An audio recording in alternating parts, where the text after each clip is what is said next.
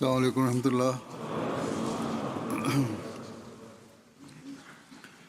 أشهد أن لا إله إلا الله وحده لا شريك له وأشهد أن محمدا عبده ورسوله أما بعد فأعوذ بالله من الشيطان الرجيم بسم الله الرحمن الرحيم الحمد لله رب العالمين الرحمن الرحيم مالك يوم الدين إياك نعبد وإياك نستعين اهدنا الصراط المستقيم صراط الذين أنعمت عليهم غير المغضوب عليهم ولا الضالين.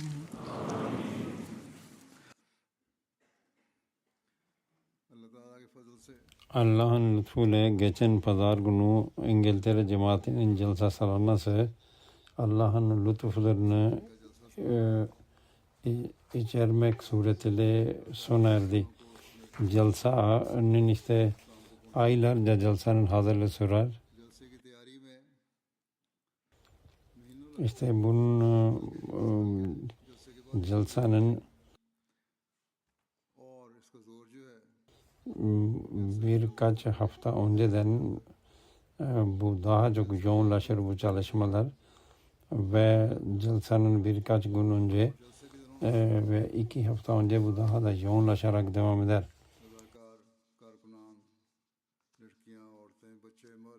Bu hazırlıkların yoğunluğu celsadan birkaç hafta önce artar. 1-2 hafta kala ise en üst seviyeye ulaşır. Celsa günlerinde ise binlerce gönüllü çalışan kızlar, kadınlar, çocuklar, erkekler, yaşlılar ve gençler tüm yetenekleriyle ve ihlaslarla her an hizmet ederler. Onlar sadece Ahmedi misafirlere kolaylık sağlamakla kalmaz. Aynı zamanda celsaya dünyanın farklı ülkelerinden gelen cemaat dışında ve gayrimüslim misafirlerin ihtiyaçlarını karşılayarak İslam'ın gerçek çehresini sunup sessiz bir tebliğ yaparlar. Dolayısıyla celsanın herhangi bir biriminde görev yapan tüm çalışan teşekkürü hak etmektedir. Allah-u Teala onlara hizmetlerinin en güzel karşılığını versin. Aynı şekilde celsada doğrudan hizmet eden çalışanların yanı sıra içinde birçok gönüllünün yer aldığı emtiye çalışanlar da teşekkür hak etmektedir. Onlar celsa programlarını dünyanın her köşesine ulaştırmak için büyük ve mükemmel bir çaba gösterdiler. Bu da tebliğinin büyük bir vesilesidir. Bunun yanı sıra basın ve medyada haberlerin ulaştırılmasında rol oynadı. Buna merkez basın birimi ile Birleşik Krallık basın birimi de dahildir. Ve bu sayede mesaj milyonlarca insana ulaştı. Bu çalışanlarda kadınlar ve erkekler hep birlikte yer aldı. Yine her yıl olduğu gibi bu yılda buradaki çalışanlara yardım etmek amacıyla Kanada Hudamul Ahmediye'den celsa sonrasındaki toparlanma ve celsayı sonlandırma işlerini yürüten pek çok gönüllü geldi. Artık Avustralya'dan da gelmeye başladılar. Onlar son derece güzel bir şekilde çalışıyorlar ve hepsine teşekkür borçluyuz. Allah Teala onlara da muvaffakatını versin. Çalışanların dışarıdan gelenler üzerindeki etkisi cemaatin ve İslam'ın gerçek şehrisini onların önüne sermekte ve onlar bundan son derece etkilenmektedirler. Sayesiz yorum yazıp gönderiyorlar ve teşekkürlerini sunuyorlar. Bu yorumlardan bazılarını şu an sunacağım. Seçtim birkaç tanesinin belki hepsi sunulmayabilir. Ama yine de bir kısmını aktaracağım. Ben kendim de tüm erkek ve kadın çalışanlara teşekkür ediyorum. Büyük bir fedakarlıkla hizmet ettiler.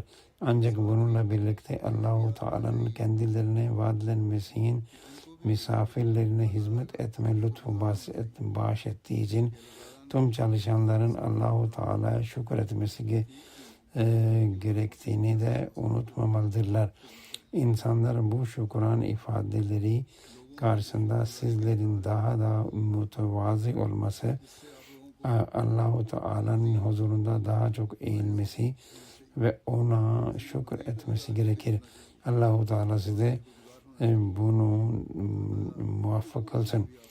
Belirttiğim gibi izlenimleri aktaracağım. Şu an önümde olan ilk isim Gambiya İletişim ve Dijital Ekonomi Bakanı Lamin Jabibe. Kendisi şöyle der: yıllık celsaya gördüm de bu derin gerçeklik karşısında şaşkına döndüm.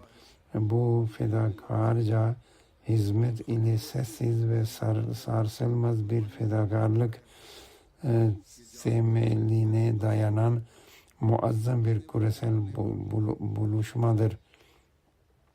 Bu denli büyük ölçülü bu bir toplantının Kadyan'da sadece 75 kişiyle başladığını ve bugün idari açıdan hayranlık uyandırıcı bir şahesere döndüğünü bilmek kalbimi derinden etkiledi. O uydu aracıyla dünyanın 200 ülkeden gösteriliyor ve beni şaşırtan bir diğer husus da düzenli sağlamak için hiçbir polise ihtiyaç duyulmamasıdır. Maddi bir çıkar gözetilmiyor. Şirket yöneticileri, doktorlar, gençler dünyadaki makamlarını bir kenara bırakıp gönüllü olarak yerleri temizliyor, ateşte yemek pişiriyor, trafiği yönlendiriyorlardı.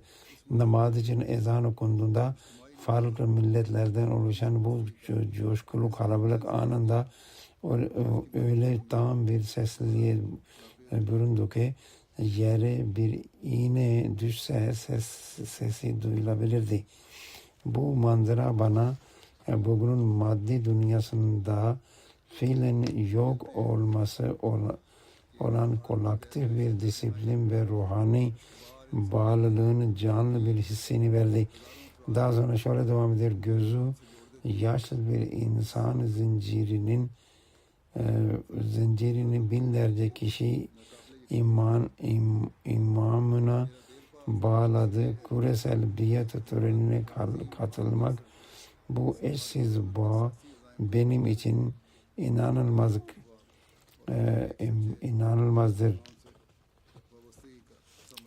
Benim kalıcı Nijerya'dan idari altındaki Koba bölgesinin neredeyse yarısına hükmeden bir eyalet kralı Badevole Bey şöyle diyor: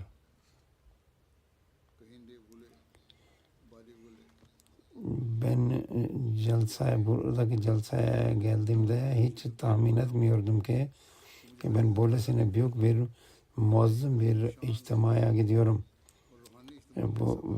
Bu içtima üzerimde derin bir etki bırakacak. Buraya geldiğimde sadece olağanüstü disiplin görmedim. Tersine bununla beraber dünyanın farklı ülkelerinden gelen ve farklı milletlerden arasında sevgi ve kardeşlik gördüm.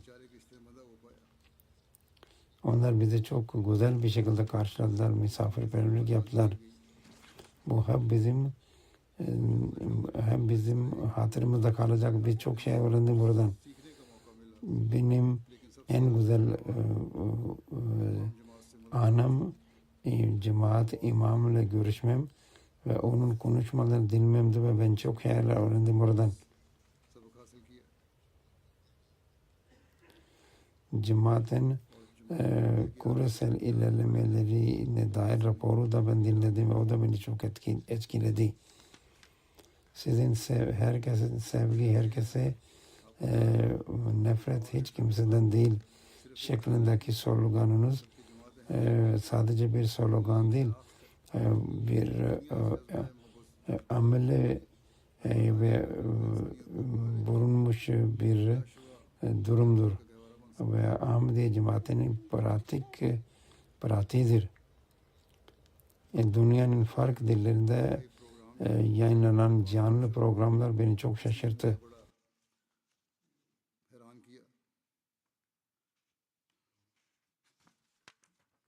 Onun eşi, prenses olan onun eşi, o da duygularını aşağı yukarı aynı şekilde ifade etti. Diyor ki beni etkileyen diyor kadınlar için yapılan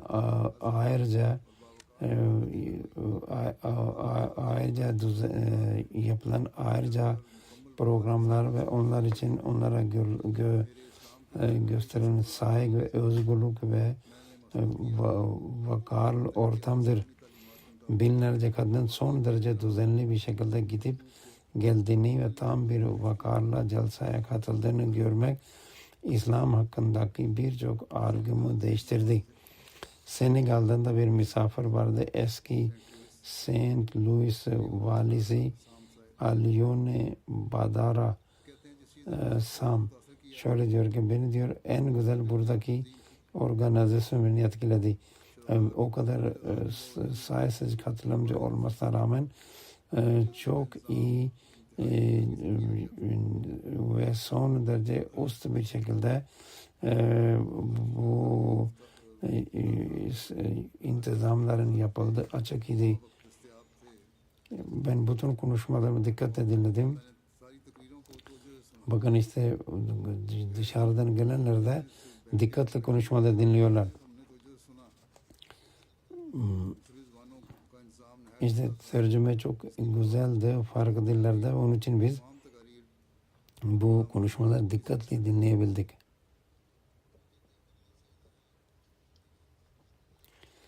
Ve işte en çok onlar çıkan plan barış ve kardeşlikti. Aynı şekilde Radu Dutabe Lüksemburg'da avukattır. Baro üyesidir ve oğluyla birlikte ilk kez katılmıştı. O şöyle diyor. Celsanın 3 günü hayatımın en önemli günleri haline geldi. İlk defa bu kadar büyük, düzenli ve vakarlı bir İslami toplantı gördüm. Bu denli büyük bir sayıya rağmen tüm yönetim gönüllüler aracıyla son derece güzel bir şekilde yürütülen bir program gördüm. Bana sanki farklı ülkelerden gelen insanlar tek bir ailenin fertleriymiş gibi geliyordu. Her gönüllü gülümseyerek misafirlere hizmet etmekle meşguldü. Görevdeki her çalışan her misafire sanki en önemli ve en saygın kişiymiş gibi sevgi, saygı ve dikkatle yaklaşıyordu. Daha sonra alemi biyet manzarasının da misafirleri çok etkilediğini belirterek şöyle diyor. Küresel biyetin ruhu besleyen o manzarası benim için unutulmazdı. Dünyanın farklı ülkelerden gelen binlerce insanın tek bir imamın elinde biyet ettiğini ve son derece büyük bir aciziyetle Allah-u Teala'nın huzurunda dua ettiğini görmek kalbimde derin bir iz bırakan iman artıcı ve manevi bir deneyimdi. Sonra diyor ki benim en etkilediği an İmam cemaatiyle görüşmemdi. Benim içimde başka şeyler vardı ve ben ona sormak istiyordum ama o ben sormadan onları açıkladı. İşte Elijah Gabriel Bey yeni bir Ahmedidir. O şöyle diyor, İslam kabul etmeden önce Hristiyanlık inancına mensuptum. Bize her zaman imanın müzik ile bağlantılı olduğu öğretildi. Bu durum işte bu durum bugün dünyada da çok yaygınlaştı. Müziğin gerekli olduğu düşünülüyor. Ancak ben bu tarzda hiçbir zaman gerçek bir manevi huzur ve ilahi yakınlık hissetmedim. Müslüman olduktan sonra da namazlarımı kılıyordum. Fakat hiçbir zaman ağlayıp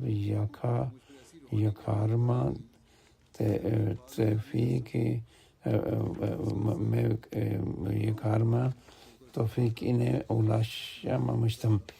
Ancak yıllık celsesine biat katılma fırsatı bulduğumda üzerime kelimelerle ifade edemeyeceğim öyle bir manevi hal çoktu ki sürekli günahlarıma pişman olup istiğfar ettim, dualar ettim ve gözlerimden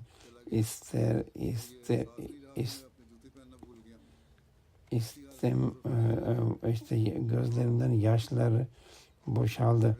Böylece hilafetle ve Allah-u Teala ile manevi bir bağım kuruldu. Bundan sonra namaz kıldığını belirterek şöyle devam ediyor. Namaz da bu manevi hal üzerimde devam etti ve bu vaziyette celse alanından dışarı çıktım. Ayakkabılarımı giymeyi unuttuğumun farkında bile değildim. Bu halde abdesthaneye gittim. Orada duran bir gönüllü ayaklarımı gördü. Sonra kendi terliğini çıkarıp bana verdi ve bunu giyin. Çıplak ayakla içeri girerken canınız acır dedi. İşte bu küçük hadise imamımı daha da güçlendirdi. Gerçekten de burası fertlerin kendi kardeşine yardım etmek için her an hazır olduğu Allah-u Teala'nın kurduğu ilahi bir cemaattir. Çek Cumhuriyeti'nden Profesör Yaroslav Frank gelmişti. Ve diğer profesör ise Mark Jekia Bey diyor ki barış ve emniyet için bütün dünyada insanlar toplanmıştı ve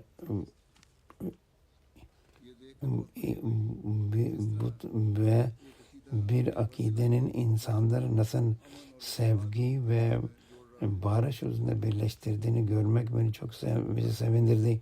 Halifenin hitabından sonra İslam ve takvanın hakikatini biz öğrendik. Bu konuda bu konunun derinliğini anladık. Ayrıca MTA'nın yayınları da bizi çok etkiledi. Kazakistan'da Saule Hanım celseye katıldı. O şöyle diyor bu ruhu besleyen ve kalbimde son derece hoş ve derin etki bırakan unutulmaz bir toplantıydı. Cemaatin imamının ve diğer konuşmalar iman, yüksek ahlak, barış, karşılıklı uyum, ailevi değerler, gençlerin eğitimi ve topluma hizmet gibi önemli konulara sık ışık tutuldu. Beni en çok farklı milletlerden fertler arasındaki kardeşlik ortamıyla barış ve esenlik dolu konuşmalar etkiledi. Amerika'dan hukuk profesörü olan Doktor Profesör Brad Shaft geldi. O şöyle diyor, dünya genelinde çeşitli uluslararası konferanslara ve kurultaylara katılmaya fırsatım oldu. Ancak Birleşik Krallık Yıllık Celsası'nın deneyimi bunların hepsinden farklıydı.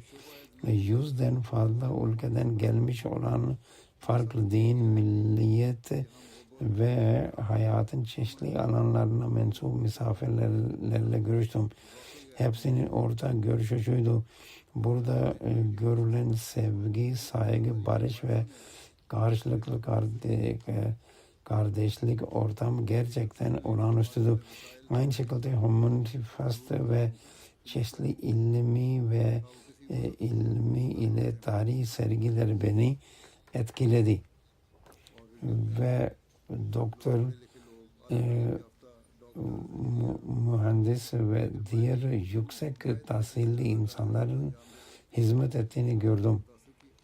Brezilya'dan televizyon muhabiri Arik Portalebe şöyle diyor: ben bu etkinliğin muazzam ölçünü ve genişliğini görüp hayran kaldığımı saklayamam.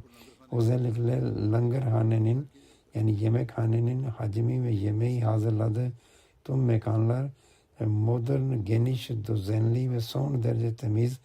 Her gönüllünün emeğini, zarafetini ve adanmışlığını görmek kalbimi barış ve mutlulukla dolduran son derece güzel bir deneyimdir.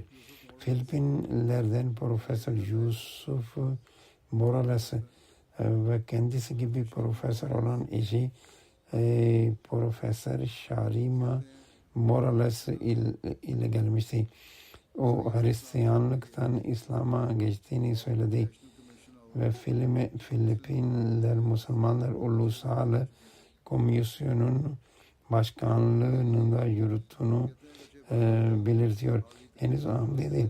Şöyle diyor: her ne kadar resmi katılımın yaklaşık 50.000 olduğu söylense de celsa alanının genişliğini ve hazırlıkların ölçeğini gördüm de bu toplantının bundan çok daha büyük olduğunu hissettim. Özellikle zamanlarının ve hizmetlerini sunarak 10 binlerce insan için konaklama, yemek, ulaşım, temizlik ve diğer imkanlar mevcut olduğu tamamen geçici bir şehir kuran binlerce gönüllünün çabalarına hayran kaldım.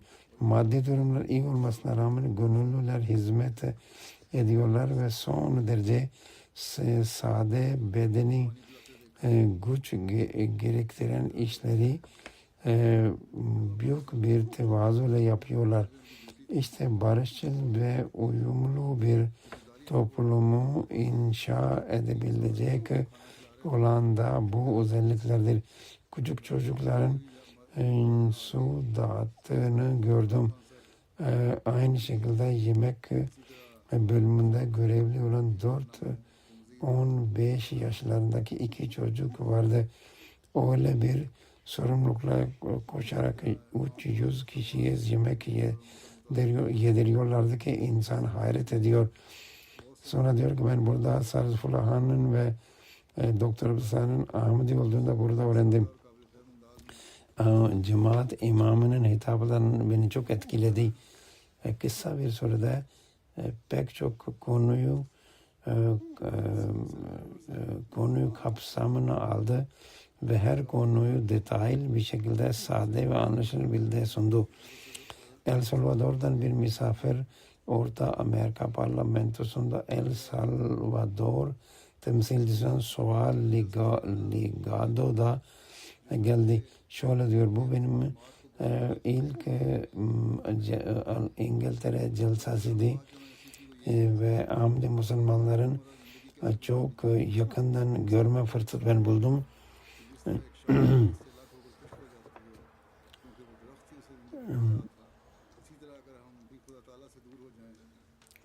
Cemaatin halifesinin Biz Allah'a sadece bir zorlukla karşılaştığımızda arıyoruz sözü de tamamen doğrudur. Aynı şekilde karı koca ilişkisi hakkında verdiği nasihatleri uyarsak ve gözümüzü haramdan sakınırsak, yani gazze basarı işlerse evlilik hayatının pek çok sorundan kurtulabiliriz. İşte eğer bir gayri Ahmedi bu mesajı anlayabiliyorsa, Ahmedilerin bu mesajı anlamaya ne kadar çok ihtiyacı vardır. Sonra şöyle diyor: olağanüstü düzenlemeler beni etkiledi. Cemaat imam ile görüşme süreci oldukça kısaydı. Ama bu da yine de beni çok etkiledi. Ve benimle o konuştu ve mülakattan sonra ben halifenin kendi cemaati hakkında çok fazla bilgiye sahip olduğuna, nerede ve hangi konumda ve durumda olduğuna derin bilgiye sahip olduğunu anladım. Belize'den yeni Müslüman olmuş olan Muzi Koreano Hanım şöyle diyor: bizim bağımsız çok büyük, çok küçük bir ülkedir. Şehrimizin nüfusu sadece 50 bindir. 100 kişi bile bir araya gelse kavgalar başlar. Ancak celsada olağanüstü bir düzen vardı ve barış ve kardeşlik vardı ve insanlar birbiriyle çok iyi bir şekilde kaynaşıyordu. Ve diyor ki duygularımı kelimelerle ifade etme mümkün değildir. Kendimi bir Ahmedi Müslüman olarak adlandırmaktan şimdi mutluluk duyuyorum. Eşime geçen yıllık celseye katılma nasip olmuştu ve o zaman halife eşine de Ahmediyet mezajını ulaştır buyurmuştu. Allah-u Teala'nın lütfuyla bugün tam bir iman ve gururla Ahmedi Müslüman olduğunu söylüyorum. Bulgaristan'dan Çalışma ve Sosyal Politika Bakanlığı Genel Sekreteri olan Solen Pankov şöyle diyor: Almanya'daki farklı şehirlerinde düzenlenen yıllık celselere defalarca katıldım. Ancak bu celsa deneyimi, genişliği, organizasyon ve yüksek kalitesi bakımından benzersiz ve emsalsizdi. Beni etkileyen şey celsa alanının olağanüstü genişliği ve orada kurulan geçici şehirdi. Tüm temel imkanlar ve son derece güzel bir şekilde sağlanmıştı ve 50 binin üzerinde insan orada toplanmıştı. Celsada yapılan konuşmalar çok bilgilendiriciydi, ilmi ve yüksek kaliteliydi.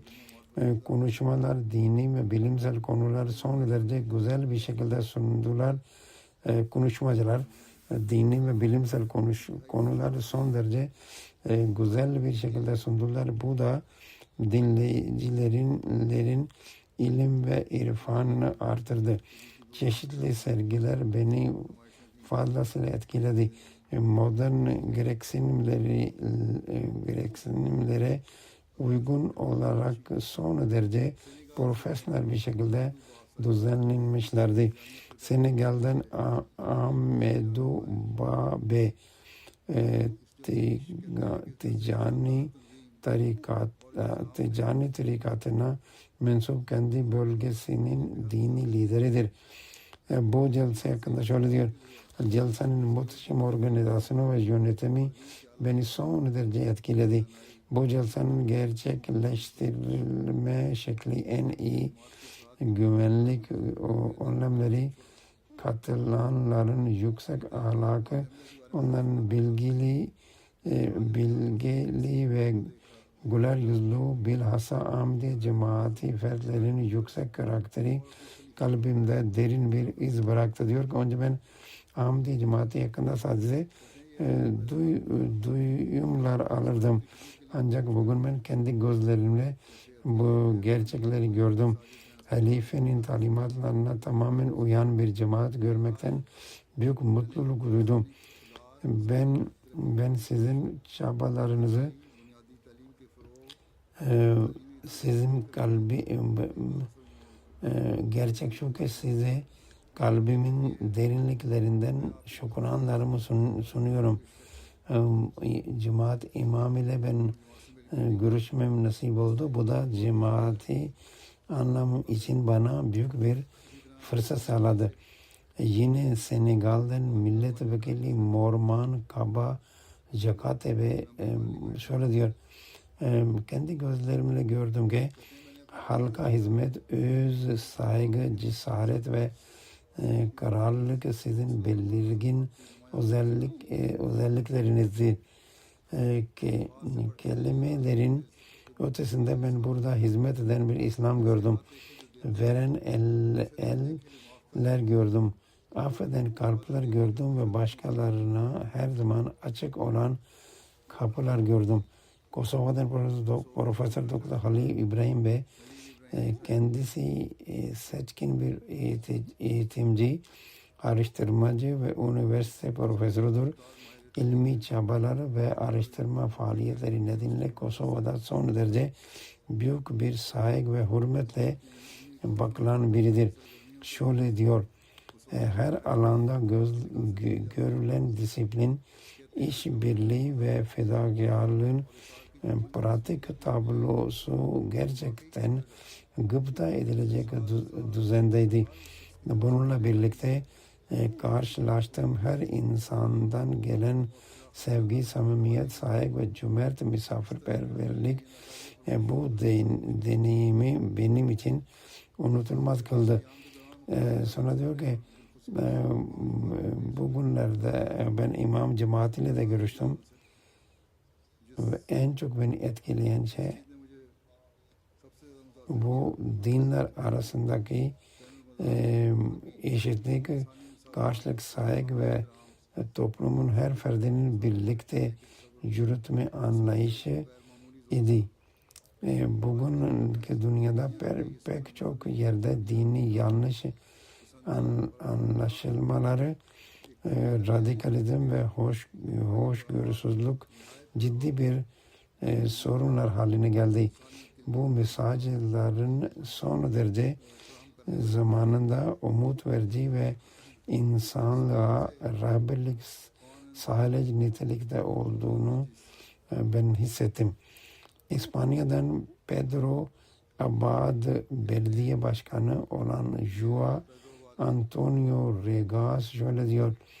Yıllık celsa bize bu toplantının sadece bir inancın kutlaması olmadığını, aksine farklı ülkelerden, kültürlerden ve gerçekliklerden gelen insanların barış, saygı ve kardeşliğin ortak değerleri doğrultusunda bir araya yaşamanın olağanüstü bir göstergesi olduğunu görme fırsatı sağladı. Avustralya'dan iki kadın avukat misafiri Kario Lene Hanım ve Hanna Hanım katıldılar. O şöyle diyor, Celsa Salana'ya katılmış olmayı kendimiz için bir şans olarak görüyoruz. Hazırlıkları görerek hayran kaldık. Her tarafta bir barış havası vardı. Diyor ki ben Celsa'da ve Celsa dışında da ben gezerek inceledim. Ne bir kavga vardı ne de bir gürültü. Bu kadar sakin ve barışçıl insanlar dünyada yoktur. Herkes birbirine yardım etmeye hazırdı. Çocukların su dağıttığını görmek mutluluk vericiydi ve insan hakları toplantısına katıldım. Topluluğun tüm dünyada barış yayma fikri ve haklar konusu ve haklar koruma düşüncesini gözetmesi sadece Ahmediler için değil, her bir mazlum için ses yükseltmesi büyük bir şeydir. ve bundan çok etkilendim. O kadar çok etkilenmiş ki kendi mübelliğinden kendisini önümüzdeki yılda buraya getirilmesi için söz alarak ayrılmış. Bolivya'dan gazeteci Guader Gayen Celsa'ya gelmişti. Şöyle diyor, İngiltere Celsa'na katılmam büyük bir tecrübeydi, muhteşem bir tecrübeydi. Ben konuşmalardan çok etkilendim. İmam cemaatin konuşmalardan çok etkilendim. Bu öyle bir celseydi ki bu hayatımız üzerinde hep izler bırakacaktır. Allah-u Teala'ya yaklaşmak için bize yol gösterecektir. Allah'ın mesajını inşallah kabul edenlerden olsun inşallah.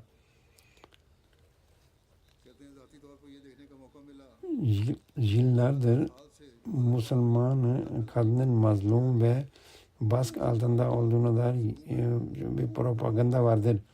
Bu tamamen yalan olduğunu ben bizzat gördüm.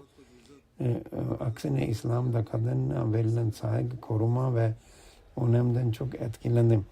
Kosova'da belediye meclisi kabine başkanı olan Avni Yashari Bey şöyle diyor, imamın hitabını dinledim.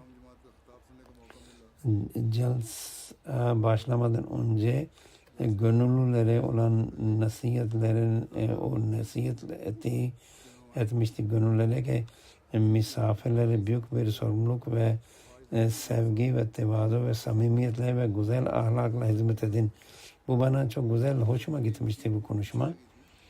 Ama ben ertesi gün bunun pratiğini göreceğini hiç düşünmemiştim. Ben hastalandım burada ve başım dönmeye başladı. Fenalaştım ve istifra ettim. Hemen ilk yardım ekipleri bana müdahale etti. 6 doktor etrafıma toplandı. Kendimi adeta kendi evindeymiş gibi hissettim. İşte onu anladım ki Halifetül Mesih'in talimatları sadece kelimelerden ibaret değil, her gönüllünün pratik hayatının bir parçasıdır. Japonya'dan Hiroyuki Iwamoto Bey şöyle diyor, bizim için çok unutulmaz bir seyahati. Celsa ortamın sevgi ve manmi dolu olduğunu hissettik. Hizmet eden çalışanların şevki, su dağıtan çocukların hizmet tarzı ve cemaatin hilafet ile olan bağ ve sizi görme arzusu çok ve halifesini görme arzusu çok muazzam bir tecrübeydi. Lübnan olan ve Belçika'da ikamet eden bir başka dost arkadaş şöyle diyor, ben diplomatik misyonda görev yaptığım için Katar, Bruksel ve diğer büyük yerler dahil olmak üzere dünyada büyük toplantıların yapıldığı pek çok yere gittim. Fakat hiçbir yerde bu celse gibi üstün ve düzenli bir program görmedim. Herkes saygı, hürmet ve sevgiyle görüşüyor ve İslam'ın kardeşlik öğretisini pratik olarak burada gördüm ve dinde zorlama yoktur öğretisinin fiili örneklerini ben burada müşahede ettim ve burada diğer dinlere mensup olanlara da edep ve saygı gösteriliyor ve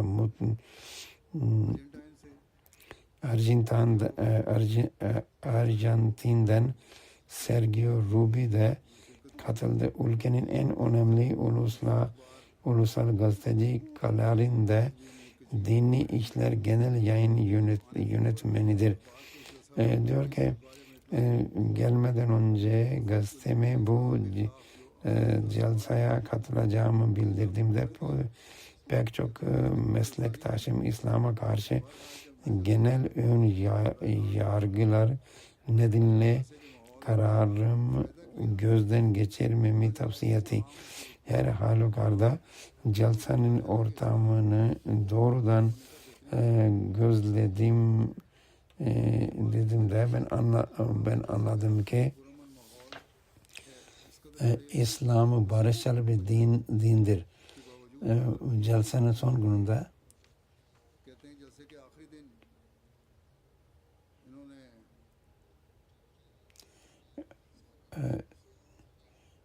TN televizyonda bu kanalında jalsenin canlı yayını verdi ve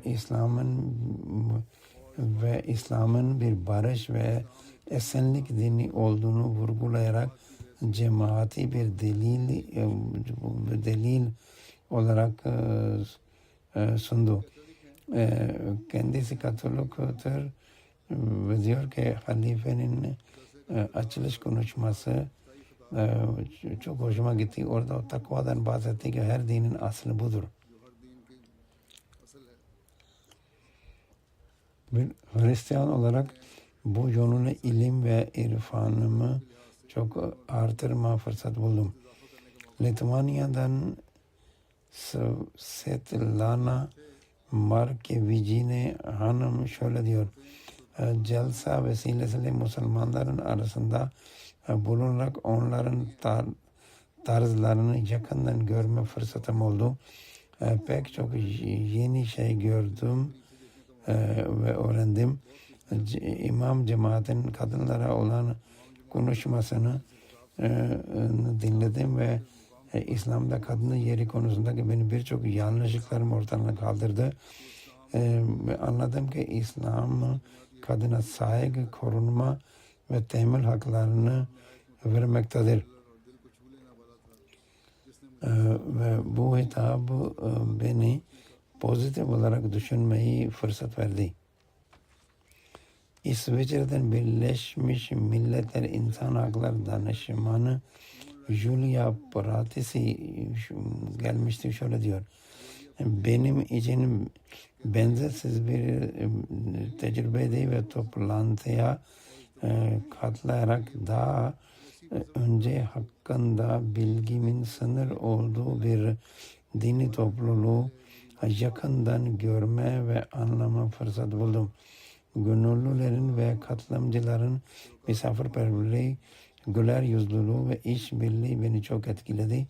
Herkes son derece güler yüzlü karşılıyor, sorularıma cevaplar veriyor ve sorularımızı yanıtlamaya her zaman hazır bulunuyorlardı ve bu sayede Ahmediye Müslüman Ahmediye cemaatinin tarihini, geleneklerini ve temel değerlerini daha iyi anlama fırsat buldum.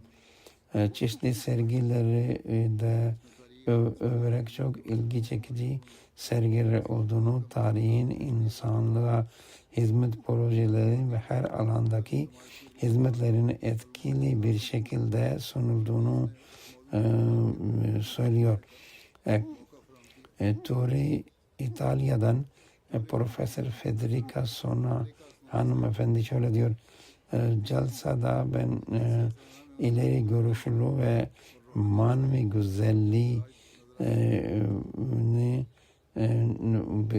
birleşmeni gördüm. Akli açıdan bakıldığında hayranlık uyandırıcı olan şey tüm sistemin ne kadar büyük bir kolaylıkla yürüdü. Adeta rüzgarın kendisiyle birlikte götürmesi gibi.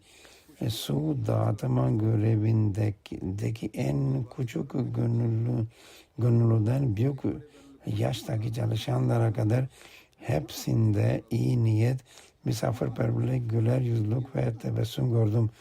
Duygusal olarak büyük bir uluslararası aileye hoş geldiniz deniyormuş gibi hissettiğini söylüyorum. Misafir memnuniyetiyle kabul ediliyor. İlgi ve sevgiyle yaklaşılıyor. Şöyle devam ediyordu. Kendileriyle tebessüm paylaşan, yol bulmada yardımcı olan ya da hayat tecrübelerini bazen acı verici, bazen bu hoş ve bazen aydınlatıcı paylaşan pek çok erkek, kadın ve çocukla görüştüm.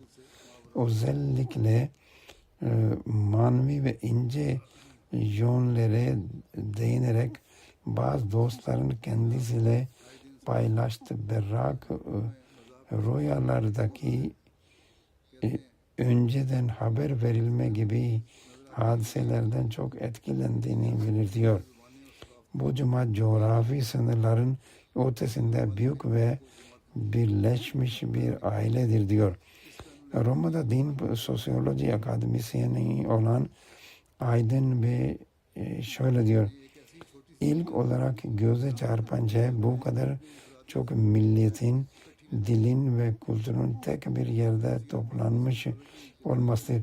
Çeşitli ülkelerin bayraklarının cemaat bayrağıyla birlikte dalgalandırılması töreni bu uluslararası bütünlüğü belirgin kılmaktadır. Kanada'nın Stony Nakoda First Nation bölgesinden rahip Tonio Snow ve şöyle diyor. Bu kadar büyük ve geniş bir toplantıyı görmek benim için çok ilgi çekiciydi. Burada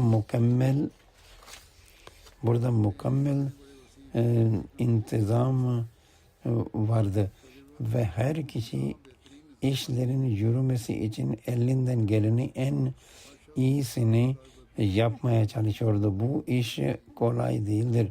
Ancak bu işin yürütüldüğü o şevk beni çok etkiledi.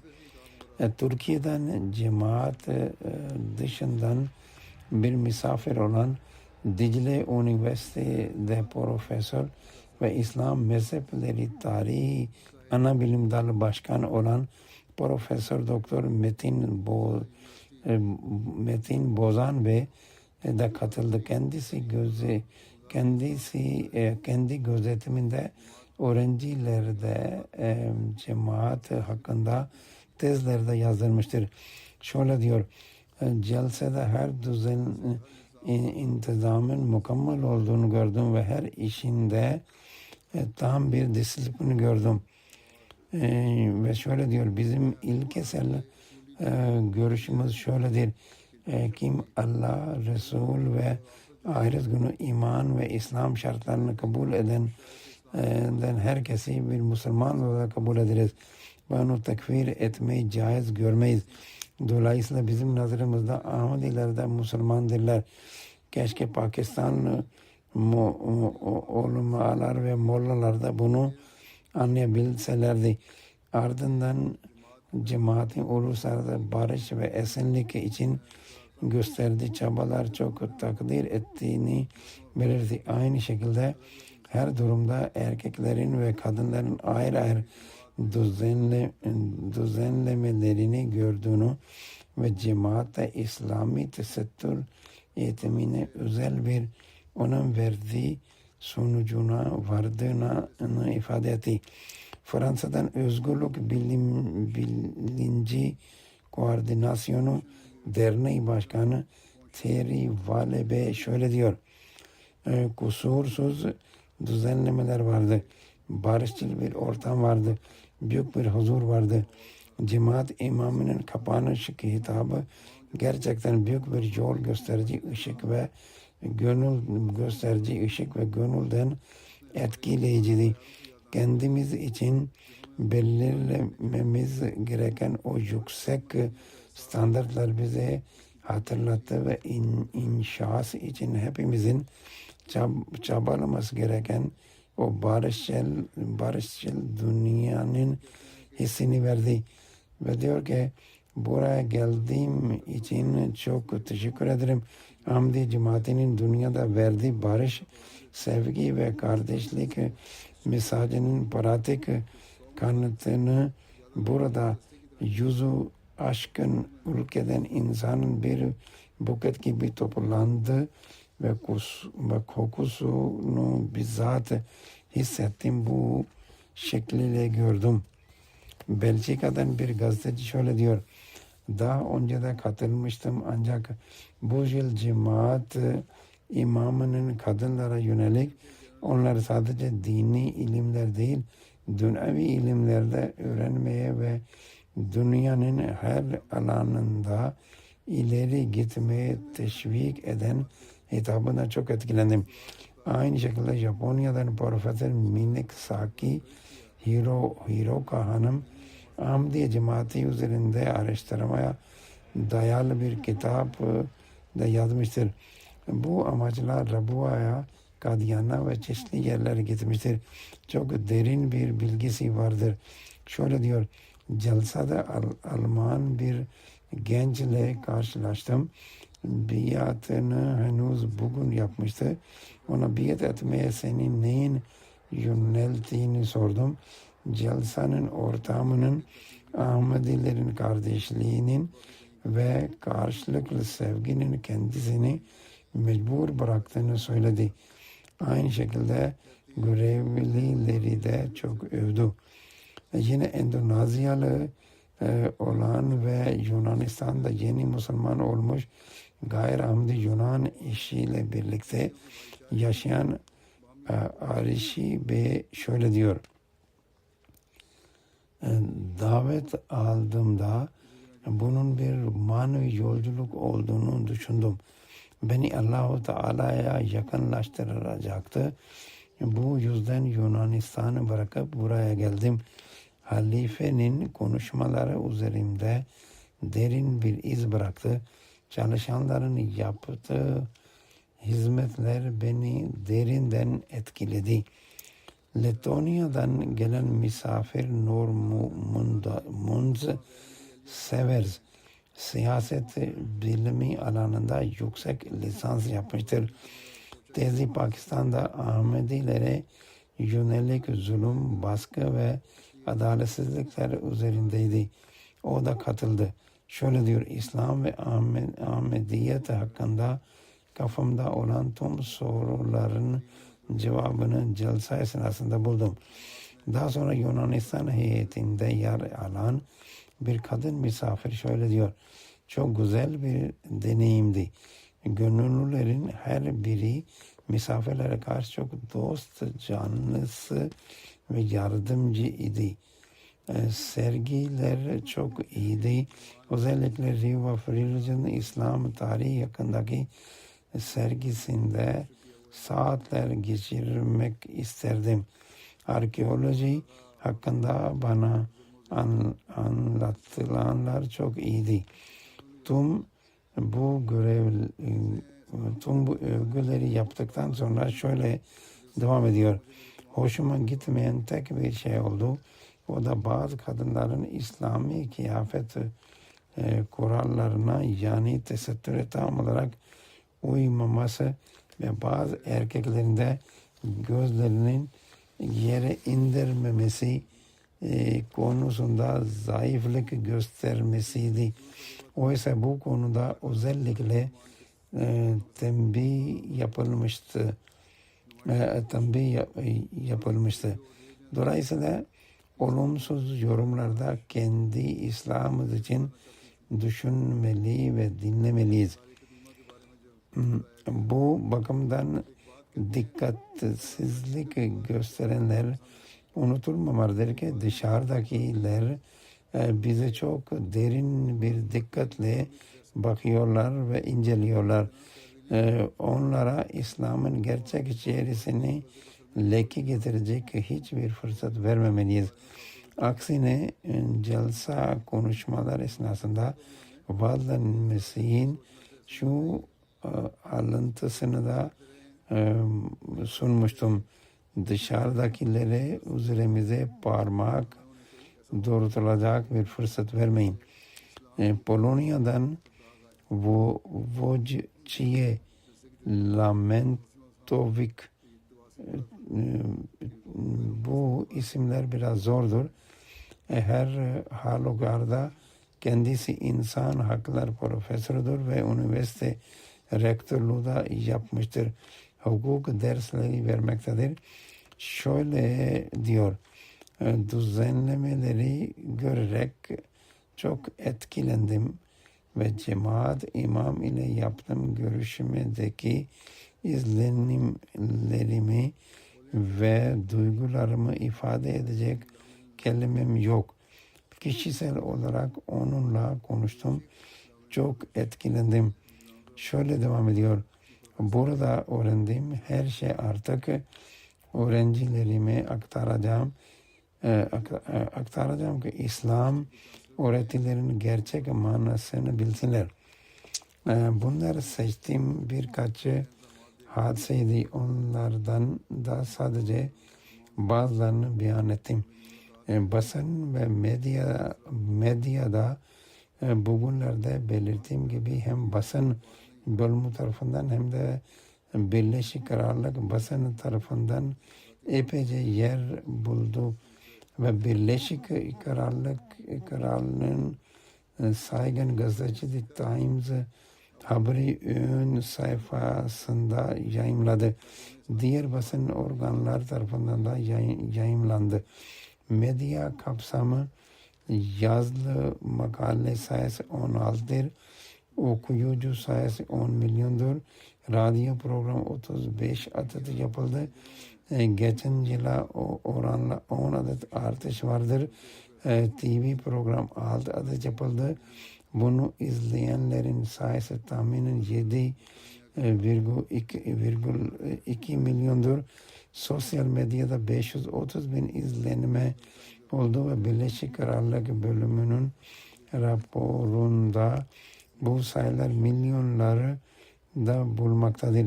Basın ve medya aracıyla toplam erişim 52,8 milyon kişiye ulaştırdı. Yaklaşık 12 farklı gazete ve televizyon kanalı bunu haberleştirdi. Bunların arasında ünlü ulusal kanallar ve gazeteler vardır.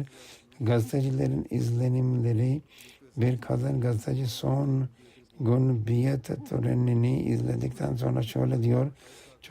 Çok etkilendim.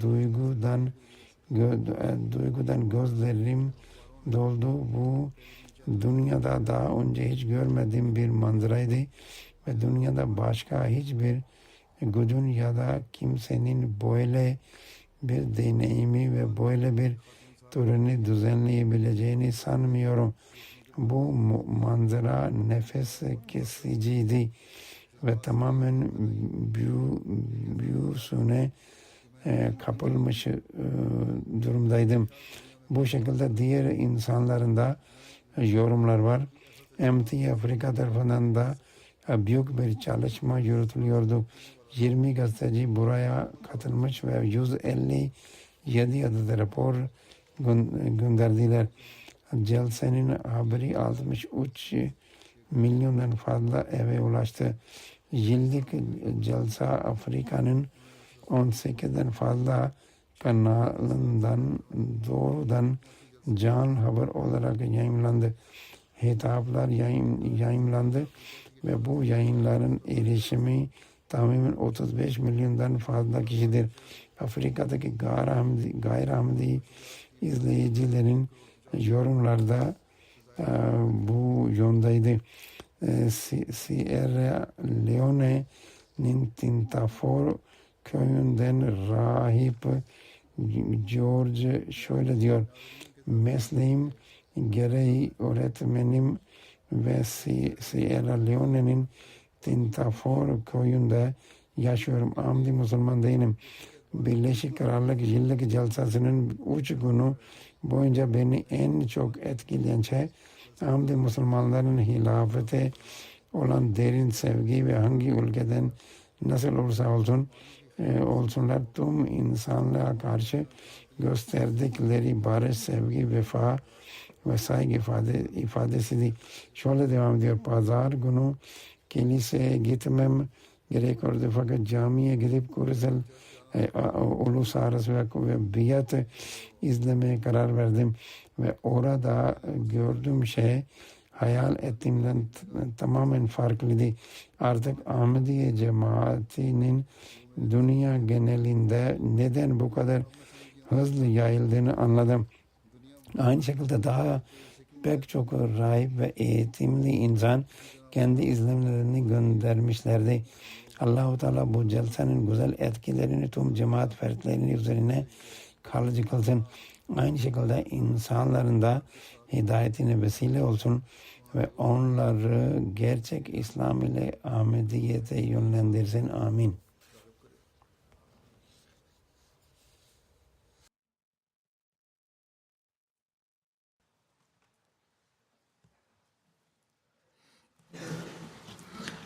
Elhamdülillah, elhamdülillah, nahmaduhu ve nestainuhu ve nestağfiruhu ve nu'minu bihi ve netevekkalu aleyhi ve na'udzu billahi min şururi enfusina ve min seyyiati a'malina.